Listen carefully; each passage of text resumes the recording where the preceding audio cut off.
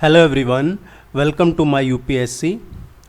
हम UPHESC assistant professor जो advertisement number 51 है उसकी रेगुलर प्रिपरेशन कर रहे हैं। यहाँ पे यूट्यूब पे भी और टेस्ट सीरीज़ भी रेगुलर चल रही है। जिसने अभी तक टेस्ट सीरीज़ ज्वाइन नहीं की है, जिन्होंने भी, वो टेस्ट सीरीज़ ज्वाइन कर लीजिए ताकि आपको रेगुलर टेस्ट, कंप्लीट टेस्ट और आपके सिलेबस के अकॉर्डिंग नोट्स प्लस उसके बाद में आपको मॉक टेस्ट भी करवाए जाएंगे। सो उससे आपका है जो अच्छे लेवल पे प्रिपरेशन हो जाएगा। 25 क्वेश्चन तक आप इजीली क्रॉस कर पाएंगे। यही राइट टाइम है, अदरवाइज फिर बाद में है जो इतना टाइम नहीं मिल पाएगा आपको एग्ज़ाम के लिए। अभी भी प्रिपरेशन शुरू नहीं की है तो आप शुरू कर दीजिए। टेस्ट सीरीज़ का लिंक नीचे डिस्क्रिप्शन में अवेलेबल है, आप ज़रूर चेक कीजिएगा। कोई भी डाउट है, कोई क्वेरी है तो डिस्क्रिप्शन में कॉन्टैक्ट नंबर अवेलेबल है, व्हाट्सएप नंबर है, आप उन पर भी कॉन्टैक्ट कर सकते हैं।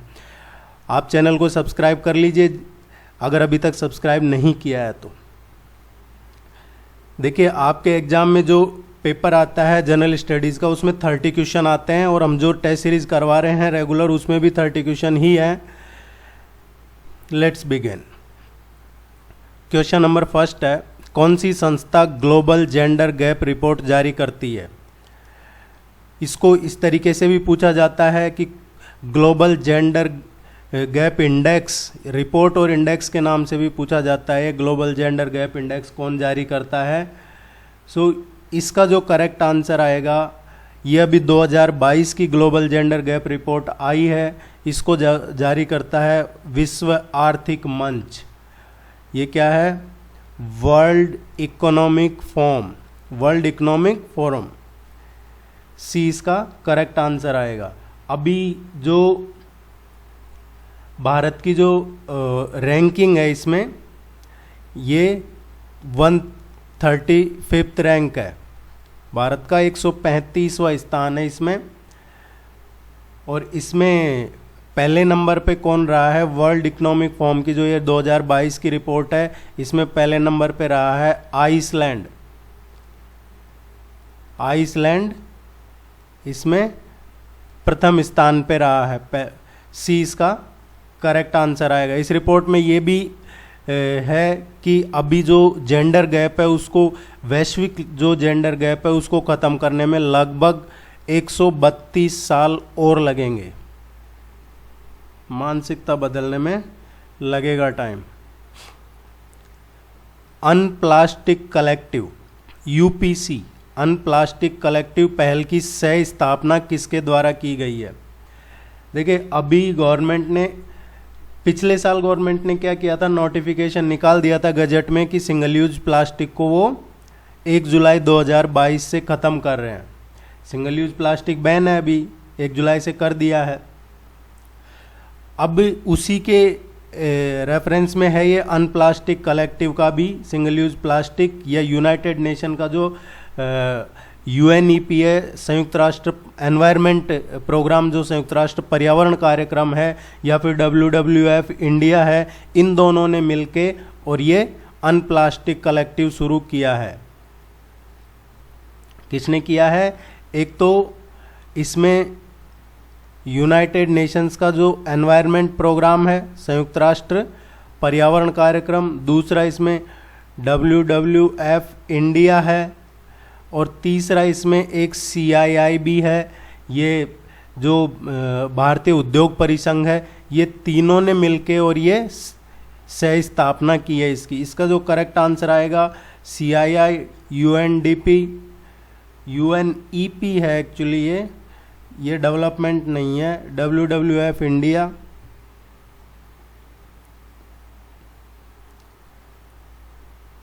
इसका करेक्ट आंसर आएगा फर्स्ट और थर्ड, सी। देखिए, आप जब चैनल को सब्सक्राइब करते हैं तो उससे क्या है कि मोटिवेशन रहता है, सपोर्ट रहता है, तो वो ज़रूर कर लीजिएगा। हाल ही में निम्न में से किस खाड़ी देश में मंकी पॉक्स का पहला मामला दर्ज हुआ है? इस पे क्वेश्चन आएगा एग्जाम में, इसको पढ़िएगा अपने हिसाब से भी ज़रूर। अभी ये चर्चा में है काफ़ी ज़ोर शोर से, और उसकी वजह एक और है कि इंडिया में भी, हमारे हिंदुस्तान में भी, यहाँ पे केरला में भारत में केरला में इसका पहली पुष्टि हो चुकी है, इसका पहला मरीज मिल चुका है केरला में। अब क्वेश्चन में किस खाड़ी देश में इसका पहला मामला दर्ज हुआ है? खाड़ी देश, इसका जो करेक्ट आंसर आएगा ये आएगा बी, संयुक्त अरब अमीरात में, यूएई में। यूएई में इसका पहला केस मिला है। ये अब तक जो मंकी पॉक्स है, WHO की रिपोर्ट के अकॉर्डिंग ये 16 कंट्रीज में, 16 देशों में 200 से ज़्यादा 200 प्लस लोगों में ये फैल चुका है, इसके केस मिल चुके हैं। मंकी पॉक्स क्या है ये इम्पोर्टेंट है आपके लिए। मंकी पॉक्स एक जूनोसिस वायरस है। क्या है? Zoonosis virus. जूनोसिस वायरस है ये। जूनोसिस वायरस क्या होता है? जो जानवरों से इंसान में फैलता है वायरस, उसको जूनोसिस वायरस कहते हैं। और ये इसका नाम मंकी पॉक्स है, इसका मतलब ऐसा नहीं है कि ये सिर्फ बंदर से ही फैलता है। ये बंदर के अलावा चूहा, गिलहरी, डॉर्मिस, ये इस तरीके के जानवरों में भी मिलता है। और ये वायरस जनित बीमारी है, वायरस के कारण होती है। और ये जो वायरस है ये किस फैमिली का वायरस है? जो स्मॉल पॉक्स है, स्मॉल पॉक्स यानी चेचक। चेचक में जो वायरस होता है उस चेचक परिवार का ही ये वायरस है। बी इसका करेक्ट आंसर आएगा। उम्मीद है आपको काफ़ी कुछ यहाँ से पता चल गया होगा। फिर भी आप इसको अपडेट रहिएगा इसमें। नेशनल वाटरवेज, राष्ट्रीय जलमार्ग के संदर्भ में निम्नलिखित जोड़े पर विचार करें।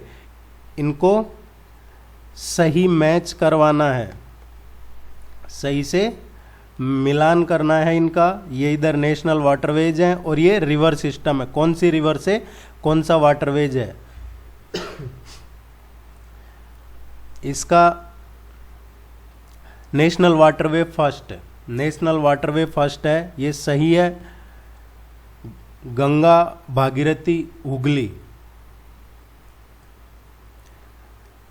नेशनल वाटरवे जो सेकंड है ये ब्रह्मपुत्र रिवर, ये सही है, ब्रह्मपुत्र रिवर सिस्टम पे है। नेशनल वाटरवे 19, नेशनल वाटरवे जो 19 है ये गोमती रिवर पे नहीं है, ये एक्चुअली कहाँ पे है?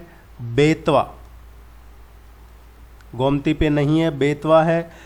जो राष्ट्रीय जलमार्ग है 26 कहाँ पे है? चेनाब रिवर, ये करेक्ट है।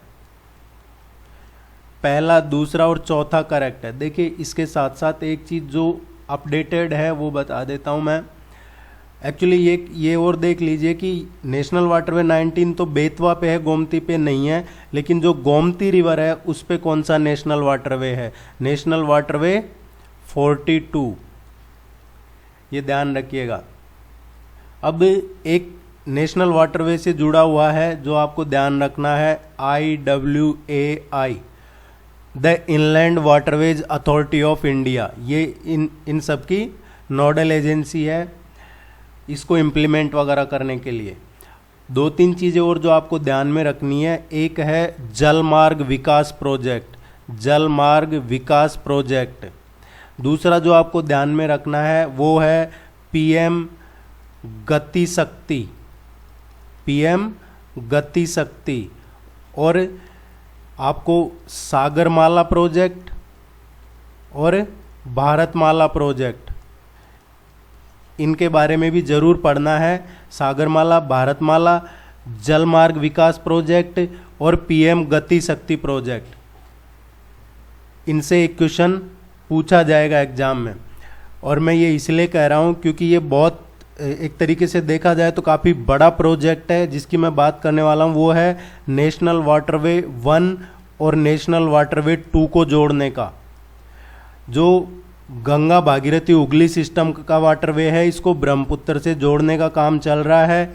और इसको कौन सी एजेंसी देख रही है? This one, inland waterways authority of India. और ये कौन सा प्रोजेक्ट है? इस प्रोजेक्ट का नाम क्या है? इस प्रोजेक्ट का नाम है जलमार्ग विकास प्रोजेक्ट। एक एक चीज़ को सीरियसली ध्यान रखिएगा। नेशनल वाटरवे 1 को वाटरवे 2 से जोड़ना बहुत बड़ा काम है और इसके लिए ये IWAI इम्प्लीमेंटिंग एजेंसी है। इस जो प्रोजेक्ट है इसका नाम है जलमार्ग विकास प्रोजेक्ट। और इसमें है ये किसके तहत किया जा रहा है, किस योजना के अंतर्गत किया जा रहा है। चाहे हाईवेज बन रहे हो या वाटरवेज बन रहे हो, वो अभी जो काम हो रहे हैं वो है पीएम गति शक्ति, पीएम गति शक्ति के ही अंदर हो रहा है। ये एक तरीके से हिस्टोरिकल ट्रेड रूट होगा वाया बांग्लादेश, ये जो जुड़ेगा। इसमें एक और जो इम्पोर्टेंट चीज़ हमें ध्यान रखनी है वो है कि इसके लिए पैसा कौन देगा। बिना पैसे के होगा नहीं, तो गवर्नमेंट तो अपना लगाएगा, जो भी कंट्रीब्यूशन है गवर्नमेंट का जितना होगा, लेकिन इसमें गवर्नमेंट के साथ वर्ल्ड बैंक भी इसमें फाइनेंशियल असिस्टेंट करेगा, विश्व बैंक, वर्ल्ड बैंक। इनमें से एक क्वेश्चन जरूर आपसे पूछा जाएगा, आप ध्यान में रखिएगा इसको। इस क्वेश्चन का जो करेक्ट आंसर होगा वो होगा बी।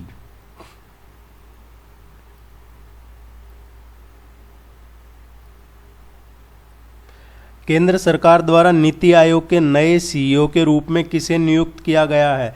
आप रेगुलर टेस्ट करते रहिए, अगर कोई पोजीशन चेंज होती है, नया भी बनता है, तो वो ज़रूर आपको यहाँ अपडेट करवा दिया जाएगा। क्योंकि कई बार होता है कि हमने टेस्ट करवा दिया, उसके बाद कोई चेंज हो गई पोजीशन, कोई अपॉइंटमेंट नया आ गया, तो हम करवाते हैं अपडेट। इसके लिए आपको बेफिक्र रहना है। केंद्र सरकार ने अभी नीति आयोग का नया सीईओ किसको बनाया है। ये जो नए सीईओ बने हैं अभी कौन है, देखिए नितिन गुप्ता। नितिन गुप्ता कौन है, central board of direct taxes, उसके चेयरमैन हैं। अध्यक्ष कहिए, चेयरमैन कहिए। परमेश्वरन अय्यर, परमेश्वरन अय्यर है, ये नीति आयोग के सीईओ है, नीति आयोग के। विनय कुमार सक्सेना, विनय कुमार सक्सेना कौन है, अभी नया अपॉइंटमेंट में, ये दिल्ली के नए लेफ्टिनेंट गवर्नर है, दिल्ली के नए लेफ्टिनेंट गवर्नर हैं विनय कुमार सक्सेना। कमलेश नीलकंठ व्यास, कमलेश नीलकंठ व्यास कौन है, ये एटॉमिक एनर्जी कमीशन के चेयरमैन हैं, एटॉमिक एनर्जी कमीशन के चेयरमैन बनाए गए हैं। ये चारों ही इंपॉर्टेंट है, इनको ध्यान रखिएगा। इस क्वेश्चन का करेक्ट आंसर आएगा परमेश्वरन अय्यर, नीति आयोग के नए सीईओ हैं।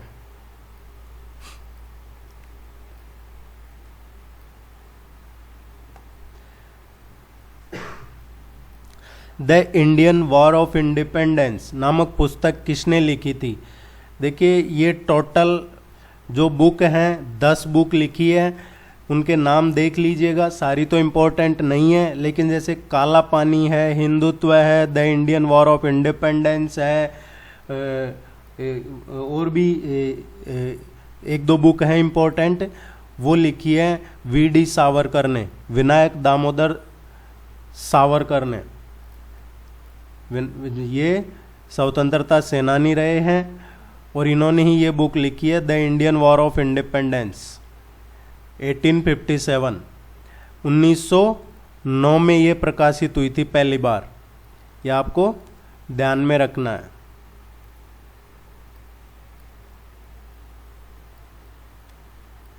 इंडियन नेशनल एसोसिएशन की स्थापना कलकत्ता में किसने की थी।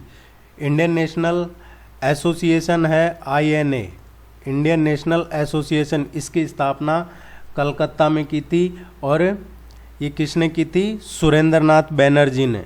सुरेंद्र नाथ बैनर्जी ने, जो आनंद मोहन बोस हैं, आनंद मोहन बोस के साथ मिलके और इसकी स्थापना की थी। कब की थी, 1876 में, जुलाई 1876 में, 26 जुलाई 1876 को। और बाद में 1885 में, 1885 में इसको, इस संगठन का विलय कांग्रेस में कर लिया गया था। बी इसका करेक्ट आंसर है।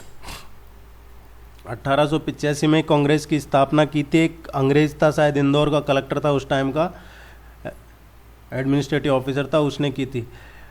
कॉप 4 मीना माता सम्मेलन का आयोजन कहाँ किया गया।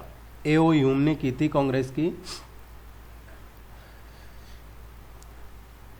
ये करंट के क्वेश्चन है। कॉप 4 मीना माता सम्मेलन, इसका आयोजन कहाँ किया गया? देखिए कॉप क्या होता है? कॉन्फ्रेंस ऑफ पार्टीज, पार्टियों के सम्मेलन। इस पर अभी मीना माता सम्मेलन हुआ है। मीना माता सम्मेलन, इसका क्वेश्चन पहले भी आया हुआ है। ये किससे रिलेटेड है? It is related to mercury, पारा, ये ध्यान रखिएगा, पारा पर ये मीना माता सम्मेलन हुआ है। ये कहाँ पे हुआ है? इंडोनेशिया में हुआ है। अभी ये 2022 में ये इंडोनेशिया में हुआ है, मार्च में, बाली इंडोनेशिया में।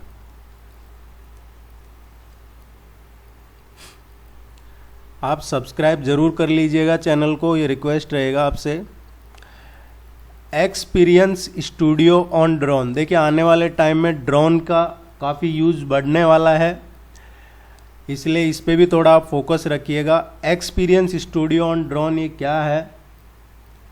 दो चीज़ें, अभी दो प्रतियोगिताएं कहिए या ये शुरू की है सामाजिक प्रभाव के लिए। एक तो जो मिनिस्ट्री ऑफ सिविल एविएशन है, नागरिक उड्डयन मंत्रालय, उसने, और नीति आयोग, इन्होंने ये इनके सहयोग से दो चुनौतियों यहाँ शुरू की है, जो है एक तो ड्रोन और दूसरा रोबोटिक्स। ड्रोन और रोबोटिक्स, ये ड्रोन एक्सपीरियंस स्टूडियो है। इसका जो करेक्ट आंसर आएगा वो आएगा नीति आयोग, सी।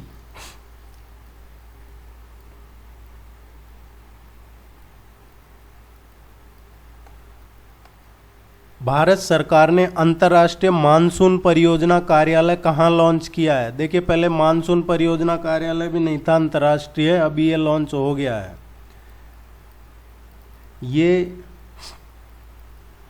मानसून परियोजना कार्यालय है, ये लॉन्च किया है नेशनल साइंस डे के मौके पे।